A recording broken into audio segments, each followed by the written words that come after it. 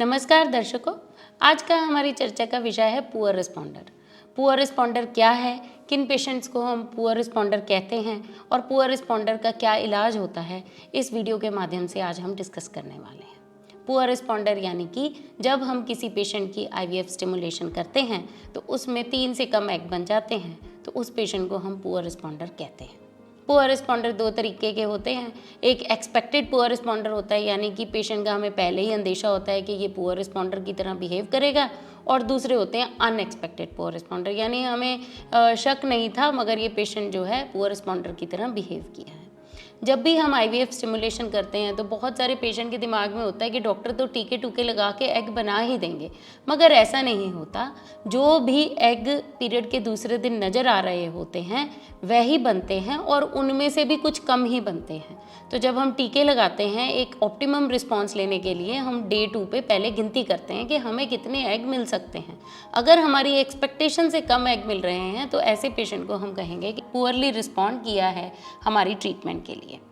अब अगर मान लीजिए पेशेंट की एज कम है और वो एक्सपेक्टेड नहीं था कि पुअरली रिस्पॉन्ड करेगा, तो ऐसे पेशेंट में हम साइकिल कैंसिल कर देते हैं और हम नए सिरे से उनके कुछ टीके में बदलाव या कुछ और इलाज करके उसमें हम चेंज करके उनको दोबारा से उनका टीकाकरण शुरू करते हैं।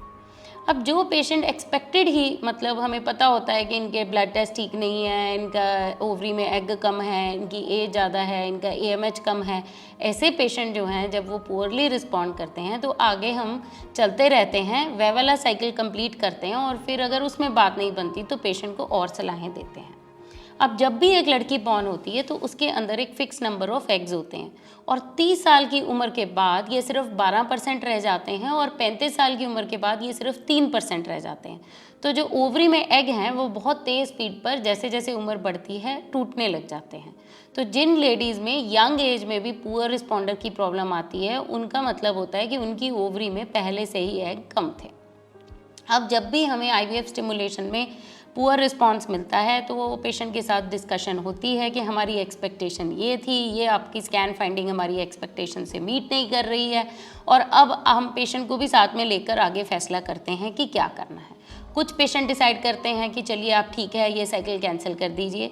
कुछ पेशेंट कहते हैं जिनकी ट्यूबें खुली होती हैं और हस्बैंड ठीक होता है, वह कहते हैं कि आप हमारी जो ये साइकिल है ये आप आईयूआई में कन्वर्ट कर दीजिए। कुछ पेशेंट कहते हैं कि नहीं हम आगे चलेंगे और फिर अगर हमारी बात नहीं बनेगी फिर हम देख लेंगे कि हमने क्या करना है। और कुछ पेशेंट कैंसिल करवा के कहते हैं कि नहीं हम फेल नहीं चाहते, आप हमारा डोनर यूज़ कर दीजिए। अब डॉक्टर जो है वो इस सिचुएशन में न्यूट्रल होना चाहिए। कई बारी डॉक्टर्स के साथ बैठते हैं तो वो ऐसे बात करते हैं कि बहुत जल्दी डोनर दे दिया, अभी और ट्राई करना चाहिए था, या फिर उल्टा कहते हैं कि इतना क्यों ट्राई किया, अगर डोनर दे देते तो रास्ता आसान रहता। इसमें डॉक्टर की जो जजमेंट पावर है या डॉक्टर की जो समझ है वह एक जस्ट सम परसेंटेज है।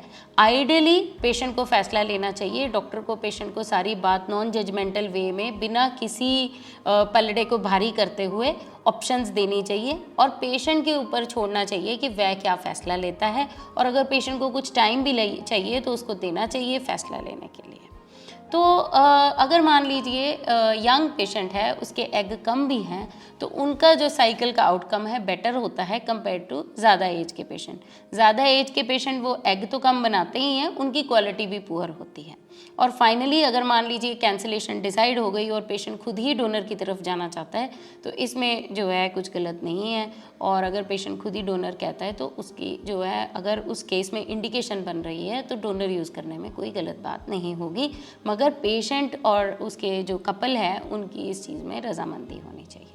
अब बहुत सारी दवाएं आ गई हैं मार्केट में जिनको मतलब प्रमोट किया जाता है कि ये पुअर रिस्पॉन्डर में बहुत यूज़फुल हैं, जैसे कि टेस्टोस्टेरोन जेल है, फिर DHEA है, फिर ग्रोथ हार्मोन है, फिर कुछ बहुत रोज़ी चीज़ें आ गई हैं जैसे कि PRP प्लेटलेट रिच प्लाज्मा एक टीका मिलता है जिसको सुई के द्वारा ओवरी के अंदर इंजेक्ट कर दिया जाता है। और बहुत सारे पेशेंट जो हैं वो इंटरनेट पढ़ के स्टेम सेल्स और इन चीज़ों के बारे में बहुत सारे हमसे सवालात करते हैं कि इसका क्या फ़ायदा होगा।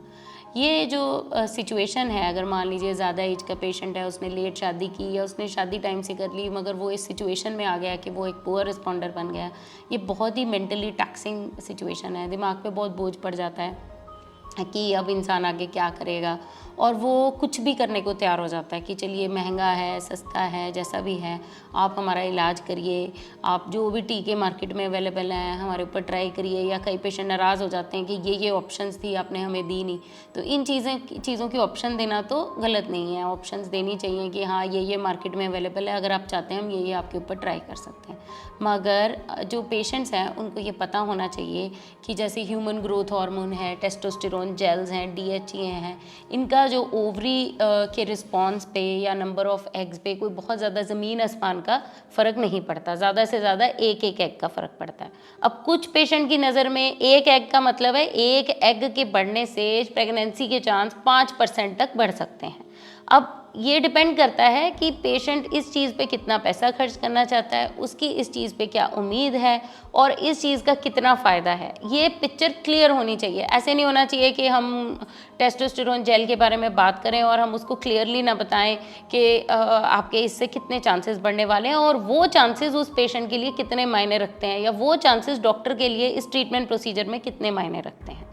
फॉर एग्जाम्पल, अगर किसी पेशेंट का एक एग है तो उसके प्रेगनेंसी के जो लाइव बर्थ रेट के चांसेस हैं वह 5% है, और अगर 2 एग हैं तो वो 10% है, और ये ऐसे ऐसे करके बढ़ते जाते हैं और 15 का एग पे जाकर रुक जाते हैं।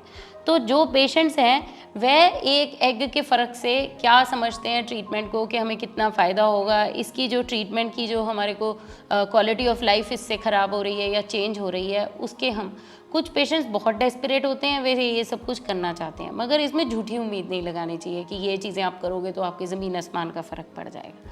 फाइनली मार्केट में क्या न्यू चीज़ें अवेलेबल हैं उस सब के बारे में डॉक्टर और पेशेंट दोनों को अच्छी जानकारी होनी चाहिए। सबकी ऑप्शन भी दी जा सकती है। कुछ टेक्निक्स बिल्कुल एक्सपेरिमेंटल हैं, उनको बिल्कुल नहीं अप्लाई करना चाहिए। कुछ चीज़ें जो कुछ हद तक पेशेंट को हेल्प करती हैं वह यूज़ करनी चाहिए, और जो भी उससे बेस्ट आउटकम मिल सकता है वह निकले। और उसके बाद अगर पेशेंट को गाइड किया जाना चाहिए कि ये आपकी फाइनल डेस्टिनेशन नहीं है, अभी आप ये कर सकते हो। और फाइनली अगर यूट्रस और उसके अंदर की लाइनिंग अच्छी है तो पेशेंट एक हेल्दी बेबी बॉर्न कर सकता है। अगर सेल्फ एग से नहीं होगा तो वह डोनर एग भी यूज़ कर सकता है। तो इस चीज़ के बारे में हम यही कहना चाहते हैं कि जब भी कोई पेशेंट का पुअर ओवेरियन रिस्पॉन्स आता है, यानी कि आपको टीका लगाने के बाद डॉक्टर ने बता दिया कि आपके एग अच्छे नहीं बन रहे, तो इस चीज़ में जो है वो हाइपर नहीं हो जाना चाहिए कि अरे ऐसा कैसे हो गया, हमें तो बताया नहीं, हमें तो पता नहीं था, हमें तो इन्होंने वार्न भी नहीं किया। अनएक्सपेक्टेड पुअर रिस्पॉन्डर एक कंडीशन है जो अराइज हो सकती है, यानी कि टीके लगाने के बाद जो हमारा एक्सपेक्टेड रिस्पॉन्स था उससे कम रहा। और अगर ऐसा हो जाता है तो अगर डॉक्टर आपको अपनी जो आपकी प्रॉब्लम सच बता रहे हैं उसको जो है अच्छे से सुनना और समझना चाहिए, आगे की सारी ऑप्शंस डिस्कस करनी चाहिए, और आगे कैसे चला जा सकता है इस चीज़ के बारे में डॉक्टर आपको अच्छे से गाइड करेंगे। फाइनली मैं यही कहना चाहूँगी कि अगर आपको कुछ भी इस टॉपिक के बारे में कन्फ्यूजन है तो आप कमेंट सेक्शन में कमेंट कर सकते हैं, हम आपके क्वेश्चंस का आंसर ज़रूर देंगे। आपका बहुत बहुत धन्यवाद।